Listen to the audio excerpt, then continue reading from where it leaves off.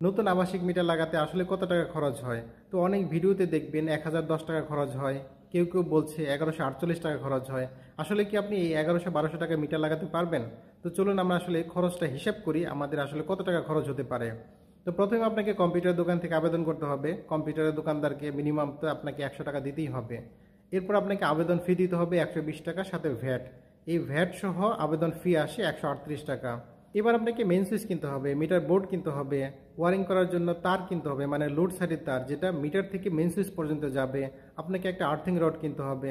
তো আপনাকে একটা মোটামুটি এস্টিমেট দিচ্ছি, একটা মিটার বোর্ড ১০০ টাকা লাগে, একটা মেইন সুইচ ৪-৫০০ টাকা লাগবে, একটা আর্থিং রডও ৪-৫০০ টাকার মতো খরচ হবে। আর লোড সাইডের তার প্রতি গজ হচ্ছে ১২০ টাকা করে। তো ২ গজ তার যদি আপনি কিনেন ২৪০ টাকা খরচ হবে। এবার আপনি ওয়ারিং করার জন্য যে জিনিসগুলো কিনলেন, মানে মিটার বোর্ড, আর্থিং রড, তারপরে মেইন সুইচ, এগুলো কে লাগাবে?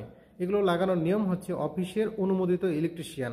তো অফিসে একজন ইলেকট্রিশিয়ান আপনার বাড়িতে যাবে, যাতায়াত ভাড়া সহ, তাকে কিন্তু একটা মিনিমাম কস্ট দিতে হবে। সে কিন্তু অফিসের এমপ্লয়ি না, অফিসে সে নিয়োগপ্রাপ্ত না। আপনার কাজের বিনিময়ে সে একটা নির্দিষ্ট অ্যামাউন্ট চার্জ করবে।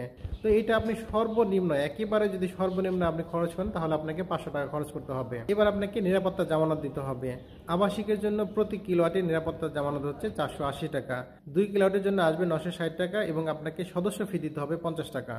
সাথে হচ্ছে ওই যে আগে আবেদন করলেন ১৩৮ টাকা, ১১৪৮ টাকা হচ্ছে অফিসের খরচ। শুধুমাত্র অফিসে এই টাকাটা জমা হয়।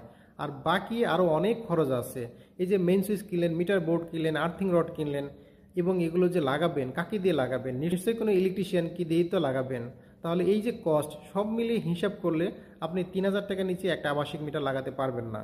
এবার আপনি যদি ২ কিলোওয়াটের জায়গায় ১ কিলোওয়াট লোড নেন তাহলে ৪৮০ টাকা খরচ কমবে, এতটুকুই, এর বেশি না।